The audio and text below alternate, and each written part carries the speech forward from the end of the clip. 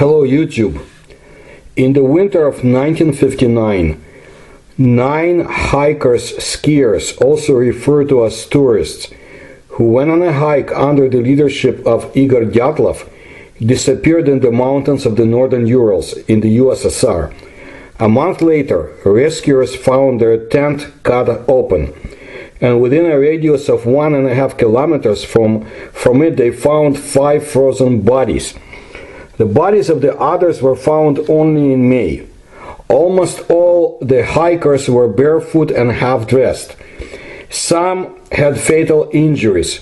It is still not solved why the young people ran away in the bitter cold and to their doom.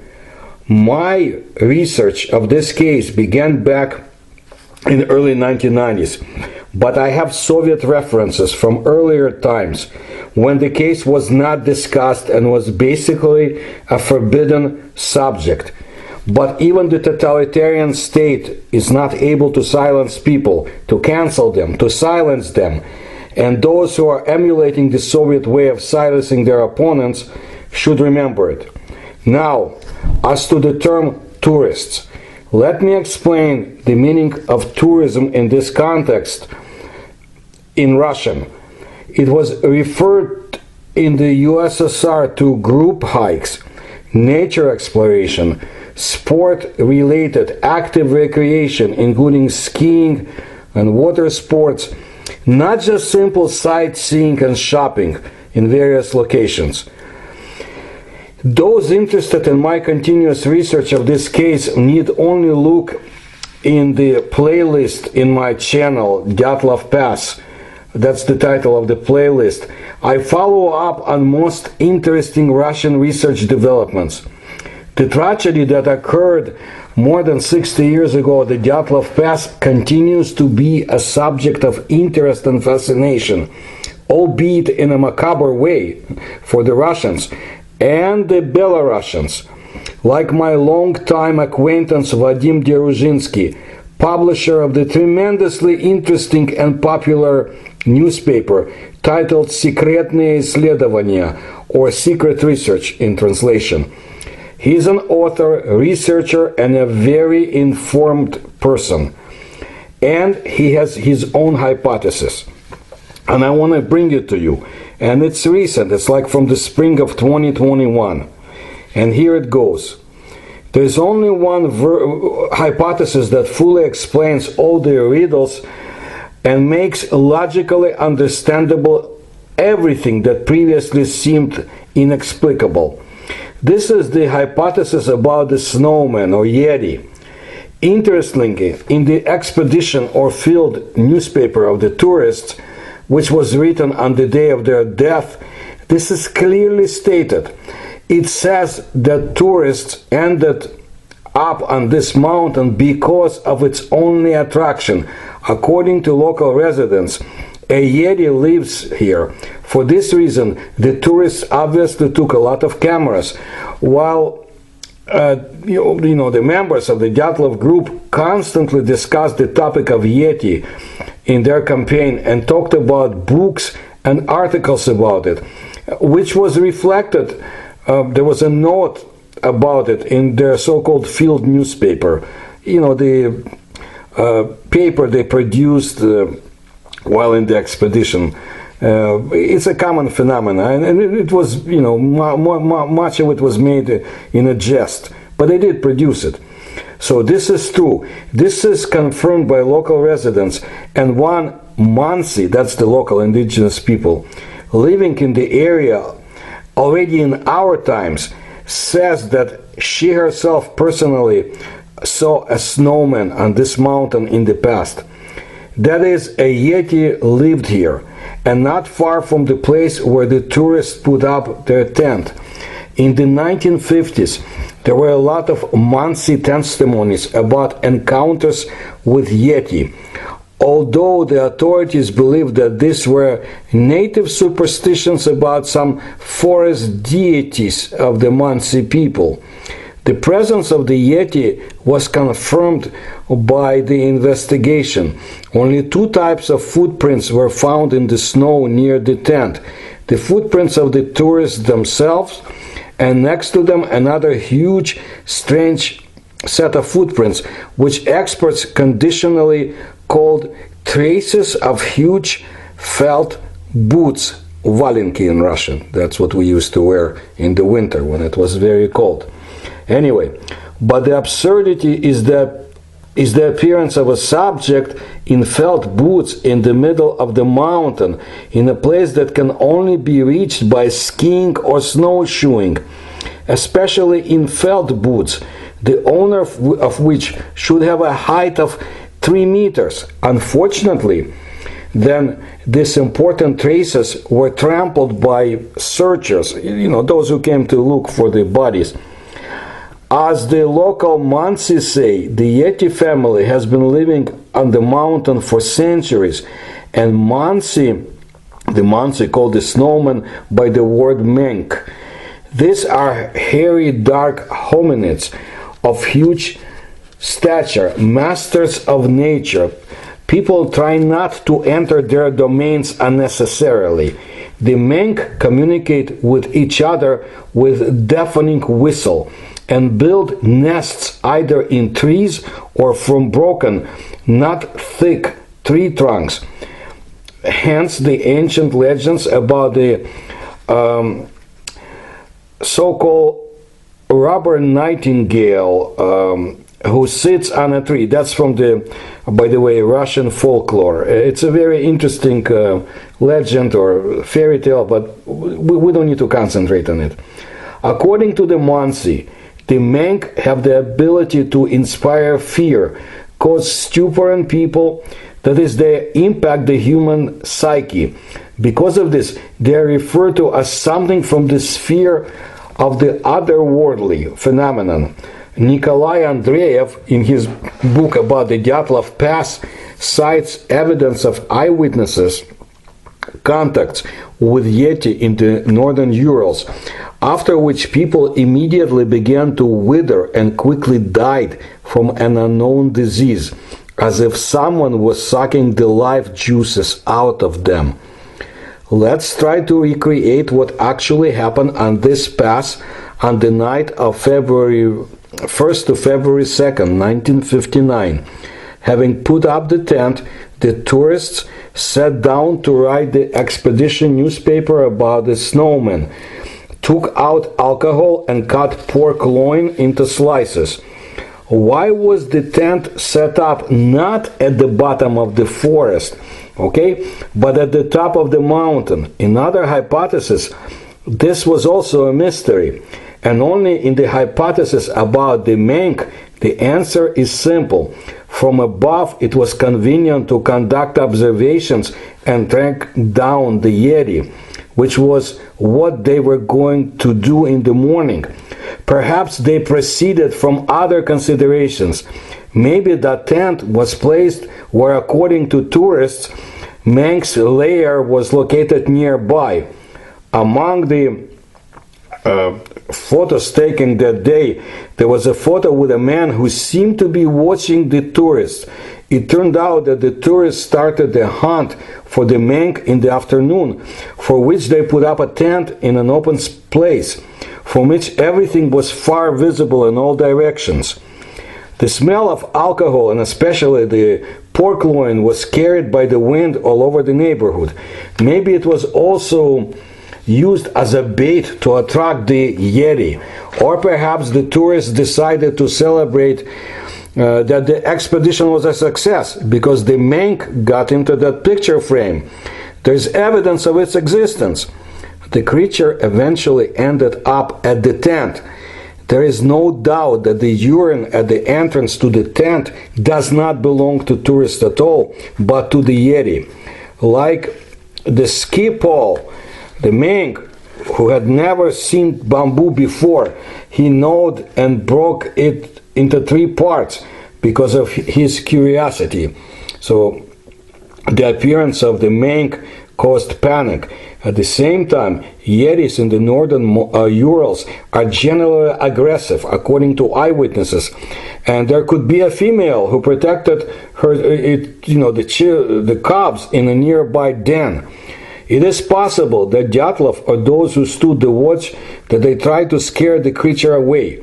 They splashed the same alcohol into it, because an open flask was found at the entrance to the tent, and also began to throw shoes and dishes lying at the entrance to the tent at the creature. They were all piled up there as if someone was throwing them at someone. The snowman raised a deafening whistle, began to wave its arms. They quickly cut the tent in several places and ran down the slope towards the forest, in whatever they were dressed. Usually, victims of an explosion, fire, or other events run away from the scene of the event by only like 100 to 200 meters and stop there to assess the situation and see what is happening. But the tourists were running away for 1.5 kilometers. Why? Nikolai Andreev mentions this is an incomprehensible riddle. But what's mysterious about that? People ran with their pants up for 1.5 kilometers because they were being chased. This reflected the traces on the snow of a huge felt boots, which are recorded in the investigation materials. There were no felt boots, especially such huge ones for a person 3 meters tall. The tourists did not have them. Apparently, the flight of the tourists was largely provoked by the deafening whistle of the Menqv. While the fear inspired by them, the Yeti apparently did not pursue the tourists and returned to the tent. There, the creature urinated or at another time and began sorting through people's things, including gnawing a bamboo ski pole, which, according to the investigation, should have taken 10 to 20 minutes. He was basically chewing on it. Also, out of curiosity, the Menqv could take a sip from a flask of alcohol, bite a loin, or even eat slices of it. Well, in general, the creature studied its trophies, including a flashlight, which later turned out to be placed on top of the tent. It all took apparently about half an hour. Having dealt with the tent, the Menqv went towards the smell of the tourists. He smelled them, so he knew the direction. Meanwhile, they went down to the ravine where the last 4 corpses were later found. Apparently, they held like a meeting there, at which they decided what to do next. According to Derozhinsky's reconstruction of the events, they concluded that it was impossible to build a fire. The Menqv would find them by its light. But it's necessary to get settled somehow. 4 of them were warmly dressed, those on the watch and Dubinina. They were instructed to create a bed of trees which would become their new camp, but it was impossible to make a fire here yet. Derozhinsky is thinking, was it postponed until the morning? The light and smell of the fire could attract the Menqv. Therefore, they decided to make a bonfire in another place, 200 meters higher, under a tall cedar tree. The naked tourists had to warm up there at least a little, plus they had to look from the tree to see if the Menqv was coming back, in order to constantly cover the campfire with snow and run down into the ravine to hide there. That's what they had to do. 5 people who were almost without clothes gathered around the fire under the cedar, but the Menqv found them by that fire. The fire was hastily extinguished. 3, including Dyatlov and one of the girls, ran away into the darkness and began to climb separately through the snow towards the tent. All quickly froze at the same time, not particularly distancing themselves from the cedar. And 2 young men, fleeing from the Menqv, climbed the tree and tried to hang on it with the last of their strength. One even bit to the phalanx of his finger. The pathologist found this piece of flesh in his mouth. There are traces on their feet as they slid down the cedar under their weight, leaving bloody pieces of their leg muscles on the tree. and when they moved down, the Menqv killed them. It pressed their heads into the ground by the fire with its huge hands. Moreover, while pressing it, some parts of the hands and feet of the young men were burned to ashes in the coals of the fire sprinkled with snow. There were hypotheses that the tourists simply went crazy and burned their limbs at the stake themselves because of insanity, which is ridiculous. Then the Menqv walked around the three fugitives who were not very far away and managed to escape. But they had already died of cold or were dying and looked like corpses. Dyatlov possibly may have knocked his fists to abrasions when he tried to beat the Yeti. Most likely it happened still up there in the tent, which only angered the creature. 4 people remained.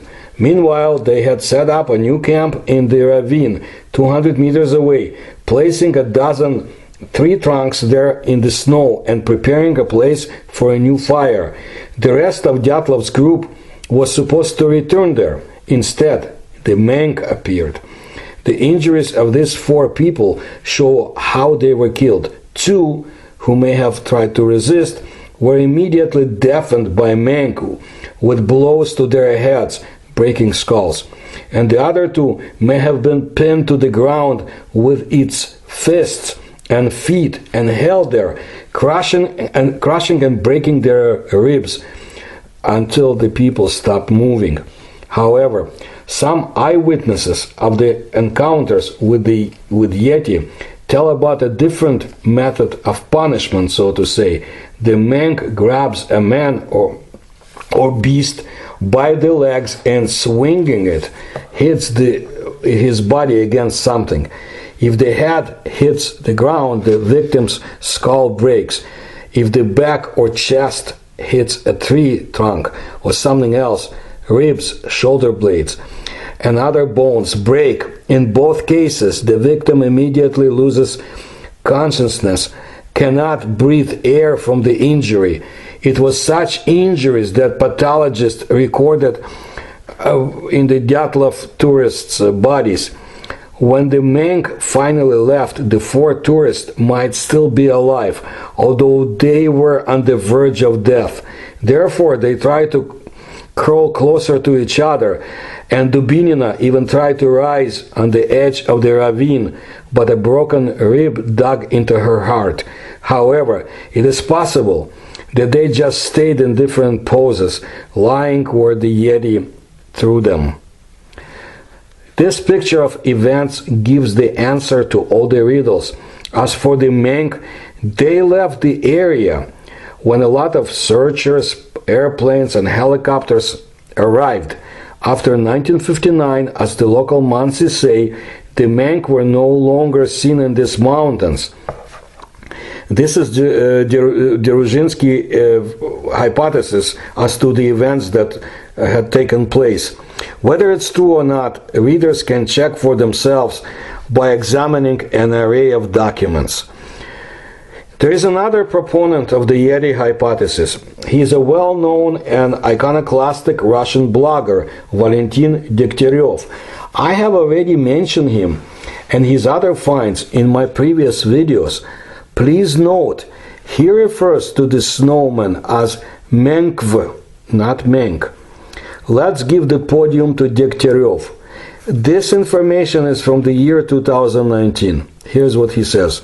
I have a very large archive of hundreds of photographs, thousands of pages of various documents, clippings from various newspapers over the years. All of them are connected with the cult tragedy of the 20th century, the death of 9 tourists in the remote Ural taiga back in 1959. I am one of many who dreams of solving the mystery of the Dyatlov Pass. 2 words about my latest find. This is an archival photograph, probably made by Ural Polytechnic Institute students who took part in the search work in the late February or early March 1959. Someone who is no longer known for sure took a picture of the forest in the area of the very cedar tree where the first batch of dead people were found. The photo is not one of those that are often published, but you can find it, although with difficulty, of course. Perhaps someone has already found this artifact and published an article about it. I don't know for sure, because I don't have access to publicly available information due to a number of serious reasons. Therefore, I ask to forgive me if I again offended someone with this, etc. I believe that this find belongs only to me, since it was I who found it. Therefore, I do not accept any claims in principle. In the photo, one can see a panoramic shot of a cedar forest. Fresh footprints in the snow are clearly visible, footprints too big for a human. This is clearly visible even in this old photograph. A real stoneman is sitting under a tree, waist deep in snow. The same Menqv, about whom there are many legends. It can be seen that it has broad shoulders. It is covered with dark, apparently thick fur. In the area of the face, there is either no hair at all, or it is most likely white. It does not attack the photographer, as it is smart and careful enough. Fortunately, the photographer didn't see it either. I took one picture in its negative projection. It's definitely not a snowdrift or a rock, but it's not a bear either. The error is absolutely excluded. The photo is authentic, it's archived. If Mr. Kuntsevich's foundation did not sell its original, then it can be found in their archive, although I am not sure about it. I remember a recent report, winter 2019, from the Dyatlov Pass. An old grandmother, the native grandmother of the Mansi, Valera Anyamova, told, by the way, in great detail that the tourists could have been killed by the same Menqv, who, according to her, has always lived in this place, in this area. I didn't take her story seriously. I remember about it only after this discovery. In the Dyatlov Pass studies, it is customary to justify hypotheses for any find. Therefore, I'll continue this tradition. The Dyatlov group left their tent because of some element. At the same time, they descended carefully, as it was very difficult not to fall into the snow. In the forest, near a cedar, they were attacked by the same snowman who could live there. It killed only those who resisted it. So there you have it. I presented serious accounts from those who believe in the Yeti hypothesis. Well, at this point, I have enough materials for a book, and I hope to find a publisher who will be interested and provide an advance. Like many people who subscribe to my channel, I work to make ends meet and support my family, and I try to continue with my research whenever possible. So, I cannot just dedicate myself to writing, but whether I find a publisher or not, I will continue delivering to you the latest in the Dyatlov Pass research from Russia and its neighbors. Thank you for your attention to my work. If you can support me, you'll find the links in the description to this channel, and I hope to bring you more interesting materials about this case and of course about Eurasian paranormal in general. Please subscribe to my channel too.